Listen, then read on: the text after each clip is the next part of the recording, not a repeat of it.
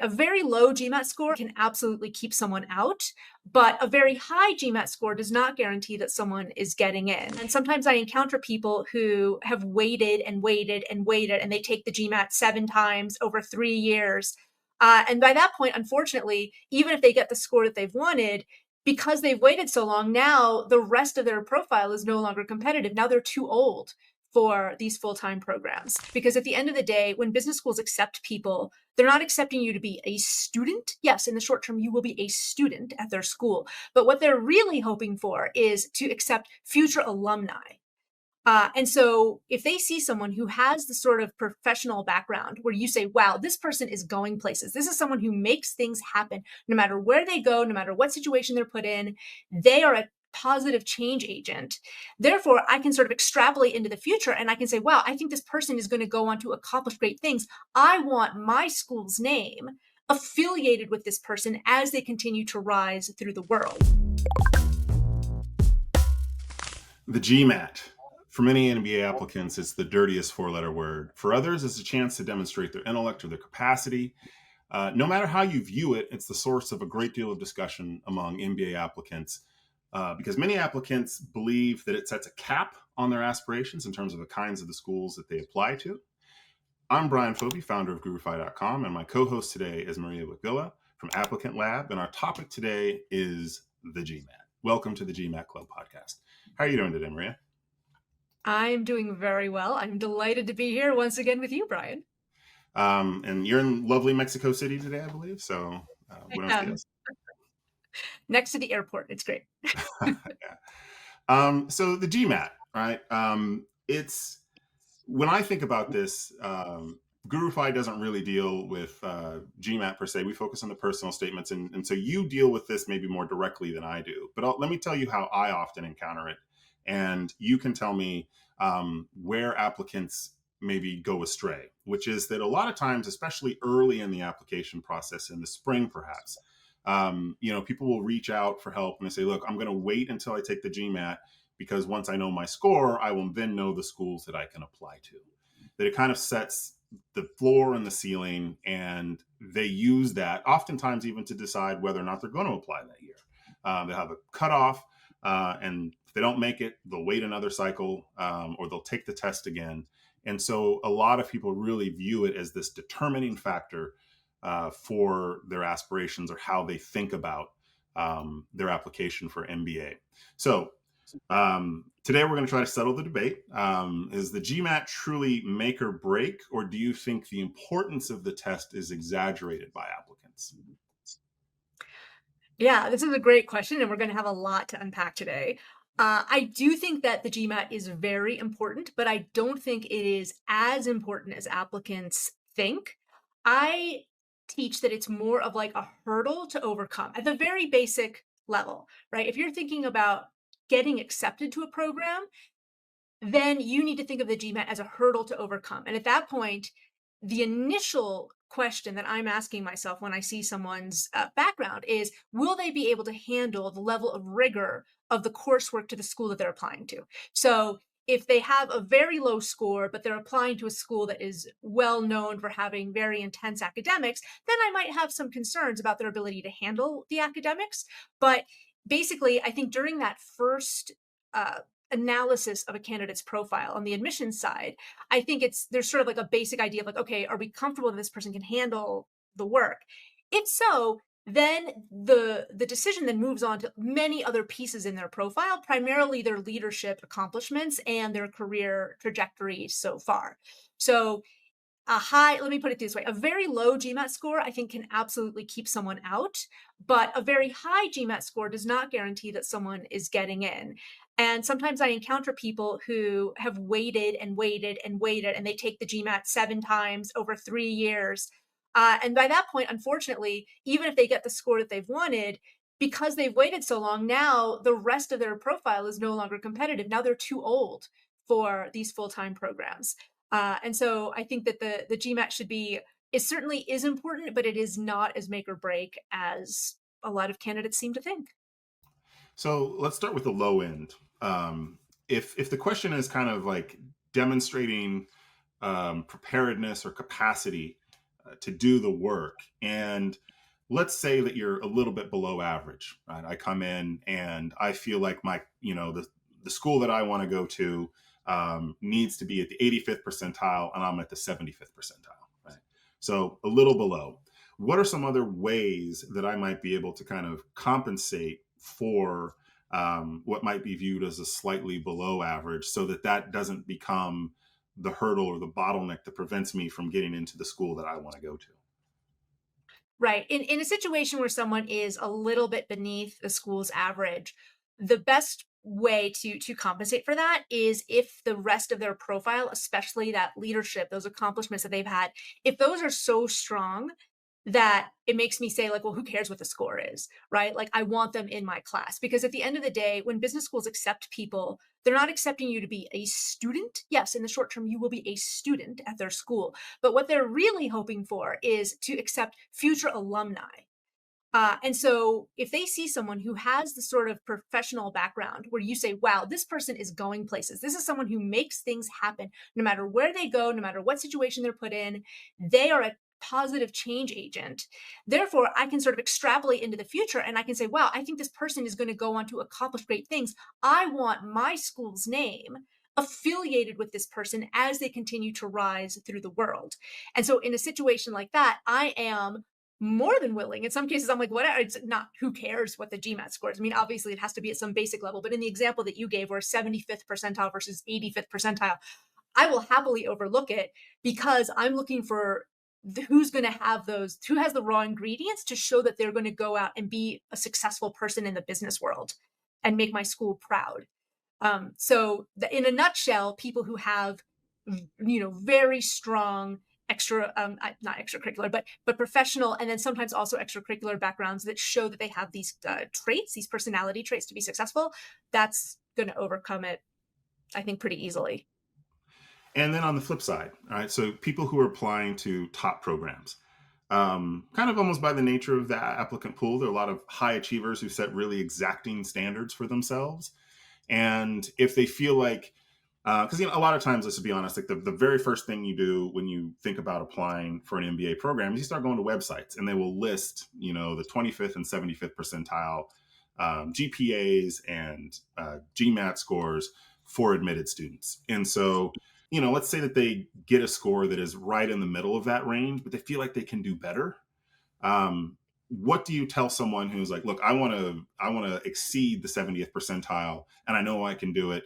And, they want to make sure that they absolutely get the most juice that they can out of the GMAT. Based on what you said earlier, it sounds like that might be effort that's not really as fruitful as they think it's going to be.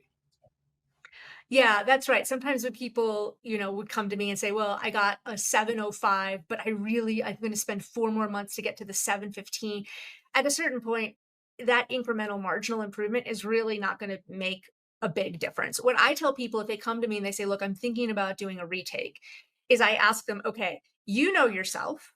You know, when you last took that test, did you really give it everything that you've got? Did you take the practice test, the full length practice test, not a few practice questions here or there, but a full length practice test? Did you take a bunch of them? Did you, get a good night's sleep the night before? If you ask yourself honestly, like, did I do the absolute best I could last time? Did I leave it all on the table? And the answer is yes, then maybe a retake isn't going to yield a hugely different result. If, however, on the other hand, you're like, yeah, Maria, actually, like, I bought the materials, but I didn't really do a lot of the practice problems. If you know that you could have done better, then I think you should try. But in fact, GMAT themselves, they've done studies of people who take the test over and over again. And after they have prepared as well as they can, after that sort of second and definitely after the third attempt, they normally there tends to not be an improvement. And in fact, sometimes the scores even go down. So if you've taken it once and that first time you're like, okay, Maria, just between us, like, I was really busy that week, I didn't, fine. If you know that you can do better, retake it. But if you've already left it all on the table and you've already done it like twice, then I think maybe it's time to focus on other aspects of your candidacy at that point. And do you think that it's more incumbent on people who have maybe a lower GPA to focus on getting a better test score? I sort of think it almost like a sliding scale. That like the higher the GPA, maybe you get a little bit more latitude with the GMAT, and vice versa. Yeah, exactly. I think it's people who have slightly lower GPAs or people who did not attend very rigorous universities for their undergraduate studies. For people like that, the GMAT is actually a gift. It is the great equalizer because it is a standardized test.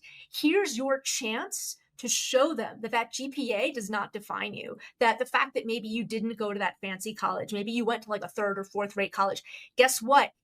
There might have been other reasons why you had to do that, maybe financial reasons, maybe family reasons. That doesn't define you. Look at how good my score is. Look at how much I could have competed with people at that more rigorous university. I could have gotten higher grades if it weren't for the fact that these other things happened in my life that made my grades not be so great. So if you are in that bucket where you're concerned about the undergraduate facet of your profile being something that might drag you down, then absolutely, I think the GMAT is far more important, but you should actually view it as an opportunity to prove to them that some of these aspects of your background really don't define who you are, and they don't define your potential.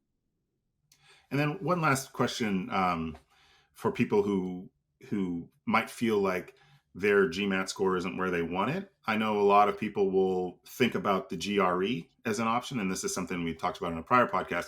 But can you say something about the strategy behind selecting one test or another? Who might be better suited to use the GRE, and whether or not within admissions committees that's viewed with the same weight, or if it's viewed as kind of a red flag or a yellow flag? Yeah, the last part of the question is the easiest, so I'll tackle that first. The admissions officers say every single year, every time I go to these conferences, that they view both tests exactly the same. They have no preference for one versus the other. So just take the test that you think you'll do better in, and the quickest way to do this, not that this is necessarily quick per se, but take a practice test for the GMAT and take a practice test for the GRE, and ask yourself, how did it feel? Like, which one do I feel like I could do better in? The usual kind of, the stereotype out there is that the GRE is a bit easier in terms of math. So if you're concerned about your quantitative performance, maybe the GRE is the better test for you. It's stereotypically, allegedly, a little bit harder on the verbal side, but easier on the math side. And the other benefit of the GRE is that because everyone applying to every graduate school in the United States takes the GRE, you also have the English majors taking the GRE. You have the philosophy majors and the anthropology majors, and people who might not have highly quantitative backgrounds taking the test. And so for that reason, uh, to score more highly, in the percentile on the quantitative section, it might actually be a little bit easier on the GRE, all else being equal. Now, conversely, if you are a super, super mega quant whiz and you take that practice GMAT and you look at those quant problems and you're like, yeah, this is no problem, then yeah, go for that one. But if you're concerned about your score being something that holds you back, I have found also anecdotally that the GRE is more forgivable. I think part of it has to do with the fact that its grading scale is not as big, and so you can get like a 162 or a 163, and even if that's like sort of a 5 percentile jump or something, it doesn't sound like, oh, 162, 163. You're pretty close. Versus on the GMAT, that same jump might have been 20 or 30 points in terms of that percentile difference. So, if you're worried about the test score, do take a practice test of the GRE and see how you feel, and do consider, don't hesitate at all to submit that. And one thing is that I'm curious on your take on is that after COVID, a lot of schools, at least kind of publicly, but also just kind of like across graduate programs, many MBA inclusive, diminished or talked about the GMAT having a slightly, and all standardized tests having a slightly lesser important at some schools. Um, but my sense is that that's not the case anymore, that we've sort of readjusted back because it's hard, especially to differentiate higher end candidates if you don't have this additional metric. Is that an accurate take on the role and the place of the GMAT? Yeah, it is. It is true, and in fact, I've heard anecdotally from some AdCom members that when they had people come in that were test optional, uh, where they were maybe a little bit on the fence about the academic qualifications, that unfortunately, frequently those people did tend to struggle a bit more with the academics in the program. And so it's not surprising to me that many schools are going back to the standardized test again, because it is standardized. It's the same test, presumably. It's essentially the same test for all people across, it doesn't matter what your background is, who you are, you're going to take the same test as someone with a completely different background. And so it does allow more of an apples to apples comparison between people with very different profiles.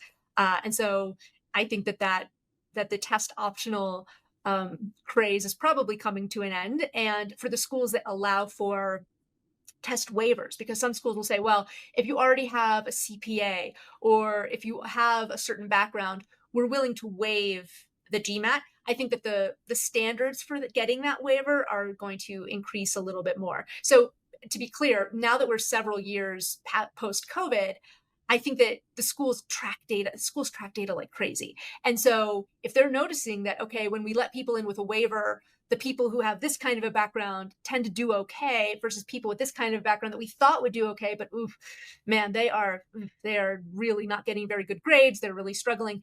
I think that might then diminish the number of people who get in via waivers in the future. So I would expect that to decrease the number of waivers or test optional programs.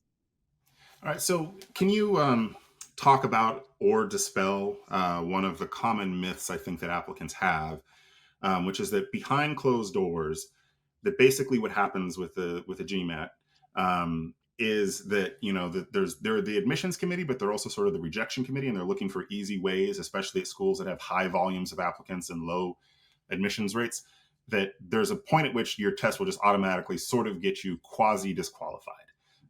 That they might give the rest of your packet a perfunctory look, if at all, and that, that's how that's viewed as sort of the first cut is you need to be above X before we even take you seriously. Do you find that that's an accurate description of the role that the GMAT plays in the admissions process? I don't think that it's quite that simplistic.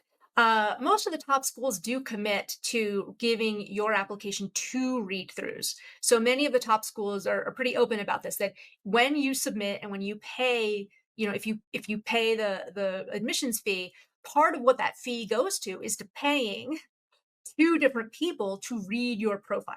And they read it completely independently. And then if both of them agree that you should move on to the next stage, you do. And if both of them are like, no, we don't think this person should continue, then you don't move forward. So I think that every school does do that, some sort of a read through. Now, if it seems as if though, wow, like not everyone, but a lot of people who get this low score, they all seem to get rejected, it's because there does tend to be a correlation between people getting very low GMAT scores and also maybe they didn't go to a very, rigorous university. Maybe they didn't do well when they were in university. Maybe now they're in the workforce and they're not the person that the CEO goes to when they have that project that they know that they want, has to get done, and who's the most reliable, smartest person I can count on. Like, it's not that the score is the thing necessarily that kept them out. I just find that there does tend to be a correlation oftentimes between that. But how do we know that this is the case? Because sometimes the schools will publish the entire 100% average. So sometimes they'll say like, oh, the top 75%, top 25% of the class. But sometimes they'll publish that entire 100%. They'll publish the lowest score that they accepted and the highest score that they accepted. And sometimes you'd be surprised, every once in a while, someone with an incredibly low score still gets accepted. And that's a case where maybe, I don't know, something went bonkers with the test, or maybe they're just really bad test takers, but woof, in every other facet of their lives, they're just extraordinary. So I don't necessarily think that there's an automatic cutoff. I will say, though, that if you are from a very sort of overrepresented group, so let's say you're a management consultant and you are one of 3,000 management consultants applying in a given year, it does make it a lot easier to sort all the people from Deloitte. Sure, of course. But that's also human nature. Like, I don't think that would be surprising to anyone, but I don't necessarily think that there's like an automatic cutoff, because the schools say that there isn't. And at a certain point, we just have to trust them that if they say that there's not an automatic cutoff, then we have to take them at their word and hope that the rest of our profile either be realistic and say, gee, maybe I shouldn't apply, Or, okay, I know that my score is low, but the rest of my story is so strong that I'm going to roll the dice. And lastly, if I'm an applicant and I come to you and I say, what score do I need to get? How should I figure out, um, a kind of a safe score? That's maybe the wrong word, but like a score to aim for, that makes me competitive. Do you want to know the industry I work in, demographic factors? How do I figure that out? And so that I can feel like I have a realistic list of schools that I'm going to apply to. Yeah. So again, the more people there are in the pool that quote unquote look like you on paper, then the higher your score needs to be. So the very overrepresented folks in the pool, right? We're talking management consultants, people from finance backgrounds, banking, and also engineers. In those situations, you do want to aim for maybe 20 to 30-ish points above the school's average, just because your competitors, you have so much more competition to deal with. And it's that much harder if I'm looking at 5 different resumes that all of them say pretty much the same thing, blah, blah, blah, blah, blah. Like, well, at a certain point, I need to pick one of them. And how do I pick from otherwise identical people? Well, I'm going to pick the person with the highest score. So in a situation like that, where you know that lots of other people in the applicant pool are going to have essentially identical resumes to you, then I would encourage you to look at programs where your score is about 20 or 30 points above the average. Conversely, if you have a more underrepresented type of background, let's say you work in the nonprofit sector, or you've nonprofit being like actually the most common of the, of the underrepresented. If you've worked in the nonprofit sector, if you work for a foundation, maybe you work in the education sector, some of these other sectors where far fewer people actually go to business school, then that's where there's more wiggle room. I mean, after all, the average is exactly in the middle. That's the definition of average. So 50% of people in the class got like below the average. The question is though, that doesn't mean that you're below average score. There's different flavors of scores depending on what your background is. So the more competitive your profile is, the more above the average you need to aim for, just because otherwise, how am I going to differentiate between you? And lastly, do you think that anything about your GMAT score should alter how you present the rest of your application? So if you feel like you're an absolutely average to maybe slightly below average investment banker or management consultant or something, then maybe you shift or you add some element that makes it so that you're a little bit different. Or conversely, if you have a stellar GMAT and like you feel like even among management consultants, you will stand at the top based on that score, that you just really lean into like, this is what I am. And therefore, like I am the best among this cohort that even though it's quite common, I'm still at the top of the list. Yeah, so this gets back to the idea of it being more of like a hurdle that needs to be crossed. So let's say we've got 2 management consultants, and one works for maybe a good firm, but like more of a less competitive type of firm, and they're a solid performer at that firm, but they're not like the person getting the 1 assignments. They're not the person that got the early promotion. They're not the person that the partner. Whenever the partner has to give a presentation to a new client, they're like, you're the one I want. Let's say that they're a solid performer and they get like a perfect GMAT score.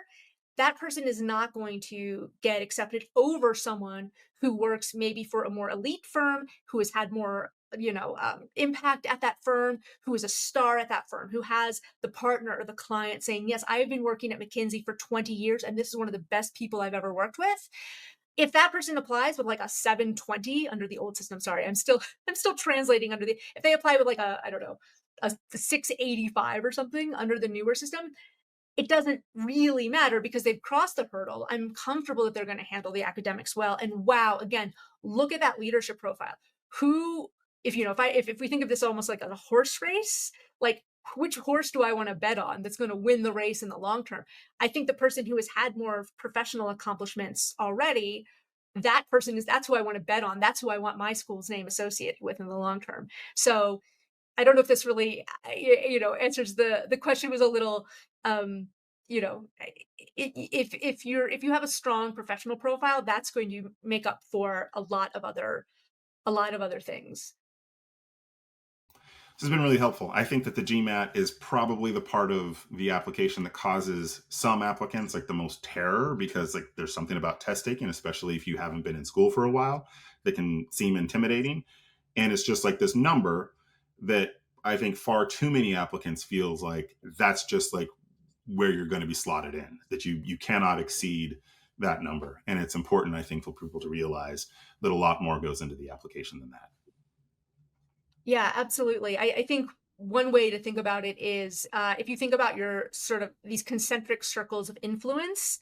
So if you think about someone who has had a positive impact, well, just on their own lives, that's not very interesting. If they've had a positive impact on maybe just their team at work, and then beyond just their team, if they have a positive impact on their entire company, and then if beyond that they've had a positive impact on their industry, like maybe they lead an industry-wide association that has helped create new rules that the whole industry has agreed to abide by. Maybe beyond the industry, they've had impact at their local level, state level, or even nationwide level, right? The broader you are on that circle of impact, the less important the GMAT is going to be. So in sort of the as we were sort of preparing for this episode, one of the questions was, well, when you've had people who get into the very tippy top programs with sort of surprisingly low scores, what are some of those examples? And those are examples where someone, convinces their government to set up a multi-million-dollar fund to support female entrepreneurs, or they convince their government to allow a company to enter that country. And it was a company that's been trying to enter this space for years. And finally, this person was part of the team that helped convince this country to finally allow them to be entered, or they helped launch entirely new divisions for a company. They raise their hand and they're like, hey, have we thought about monetizing this? We do this activity over here and we're not charging for it right now. What if we started charging for it? What if we tried to make this a new division of our business, right? And then 3 years later, it's 20% of the company's revenues, right? Those sorts of examples, those are the sorts of people who get into those tippy top programs, even with the lower GMAT score. So if your score is not that high, but you have had this impact at these sort of these expanding circles beyond yourself, kind of rippling out beyond just you and your immediate team, then things are looking up. That is more optimistic for getting into some of these more elite programs. And that's why the ranges are so wide. I think that's a great way of thinking about it. Kind of, if you think about what these tests are supposed to serve, they're proxies for they're a way for an admissions committee to guess what you can do. But if you've already shown that you are doing something or have done something, then that need to guess becomes much smaller, right? So to your point, if you have founded something successful, or if you've made an important contribution at work, if I'm reading your application, I don't need to guess whether or not you can found something or do something successful at work. That is already there. And so you don't need these kind of second and third degree proxies to figure out that question. And so I think that's a great way of thinking about it. You want to look at some application profiles? Let's do it.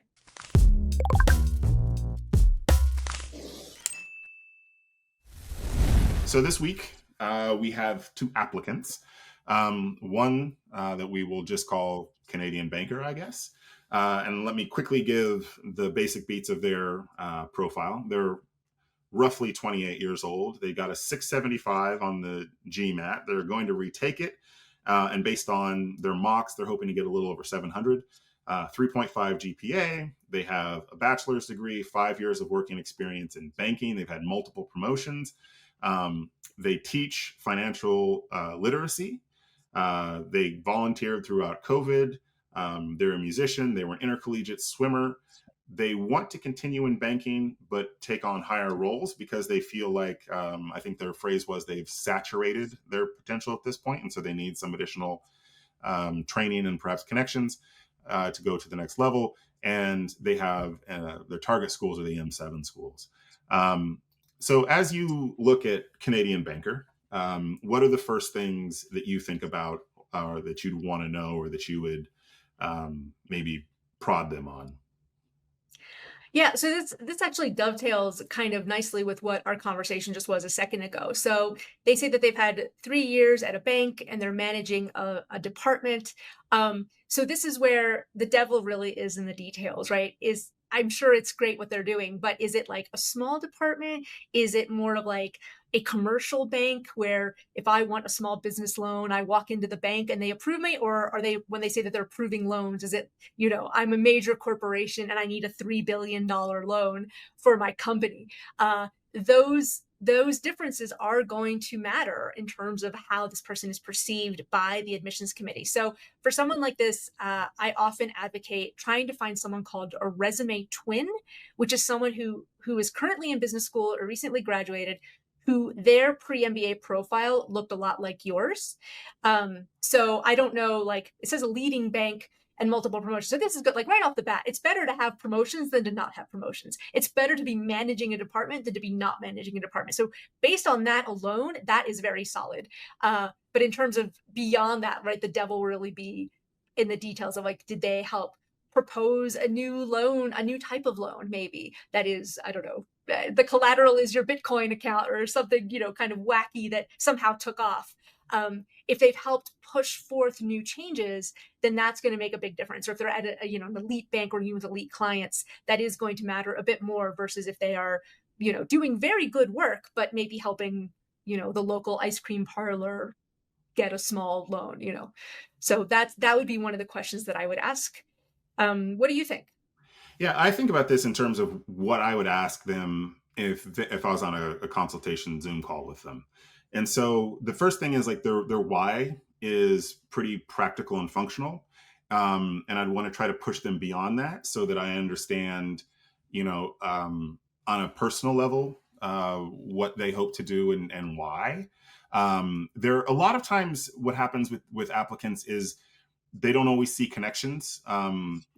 With what they're doing. So, for example, this might be a dead end, but I want to know more about this financial literacy angle that they're doing. Is that somehow connected to their work with the bank? I want to know, like you said, the kinds of clients that they're dealing with, because I think it's very different. Like you said, if they're providing a loan for an ice cream shop as opposed to structuring a big, big deal for an Alberta oil field, right? Those are completely different things.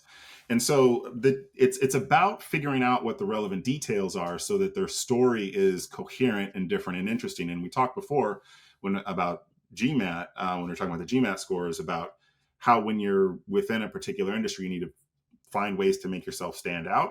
Their GMAT score is not going to do that bluntly.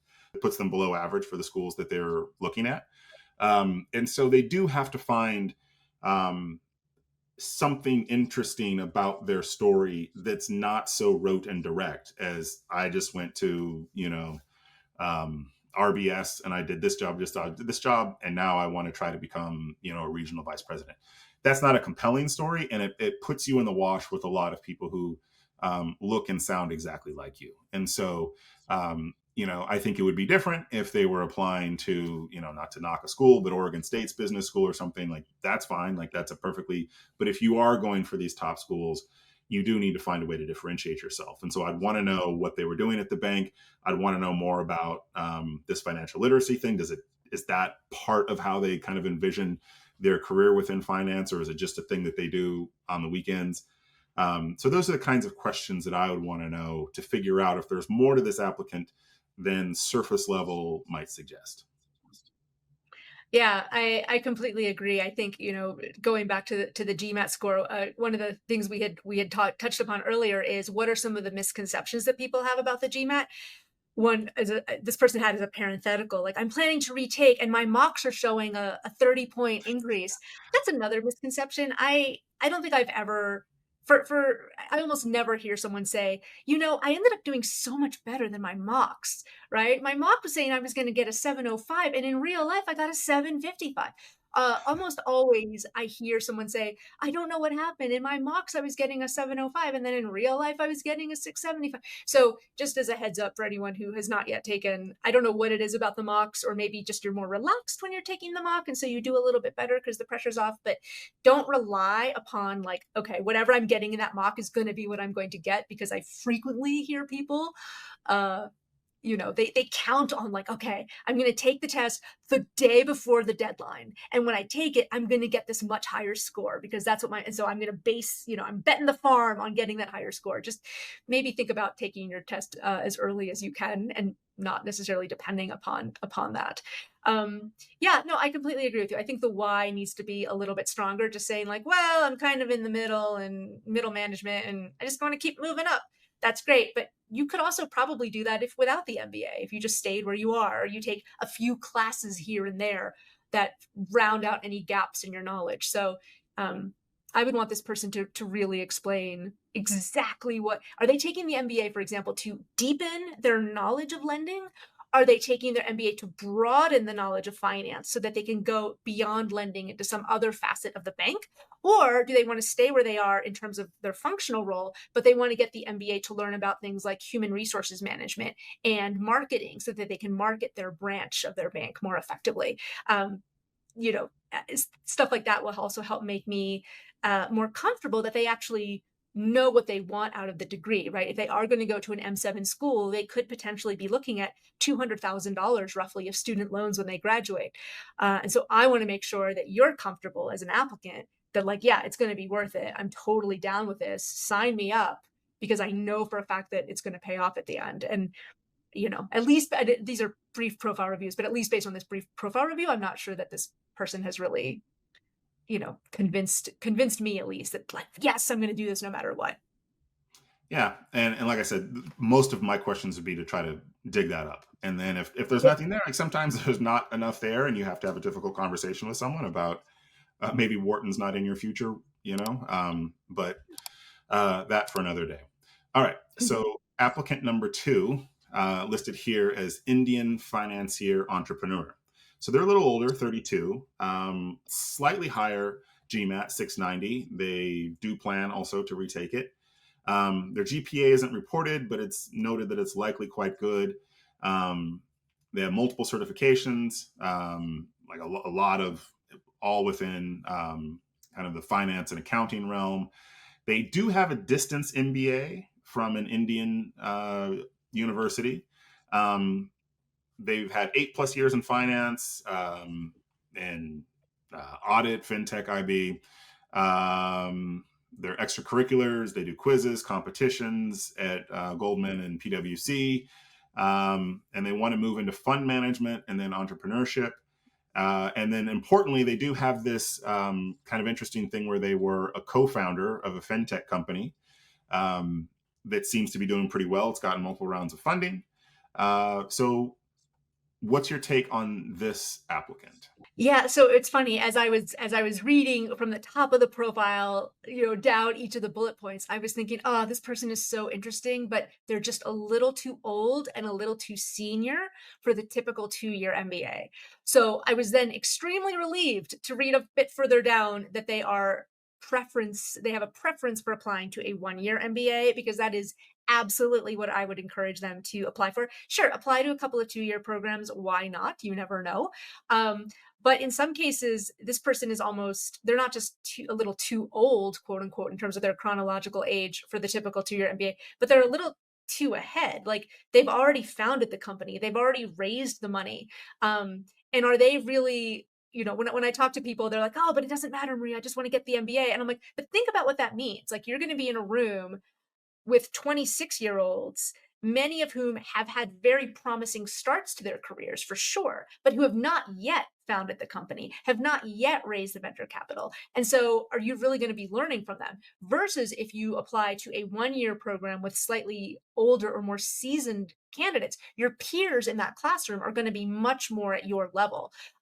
So I would absolutely advise this person look at the Stanford MSX program, the MIT and LBS Sloan Fellows programs, the Kellogg 1-year MBA. I would have them look at all of those. And as a side note, for the 1-year MBAs, there is normally a little bit more forgiveness on that GMAT side. So even though a 690 under the old GMAT, which is what they have, would be too low for some of these schools at the 2-year level, for the 1-year program, or if they were to somehow do some kind of a more of an executive MBA where they fly to the US once a month or something like that. I'm not as concerned about the GMAT score for them if those are the programs that they're targeting. Yeah, we were talking beforehand that for both applicants, there's the why question, but like a slightly different intonation, right? Which is like, why do you want to do this to the Canadian banker? And the second one was like, why are you doing this now?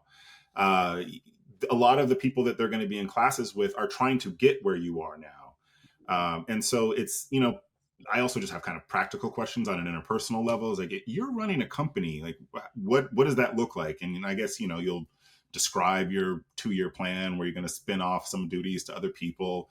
Um, and so it doesn't really seem to make sense why they want to do that.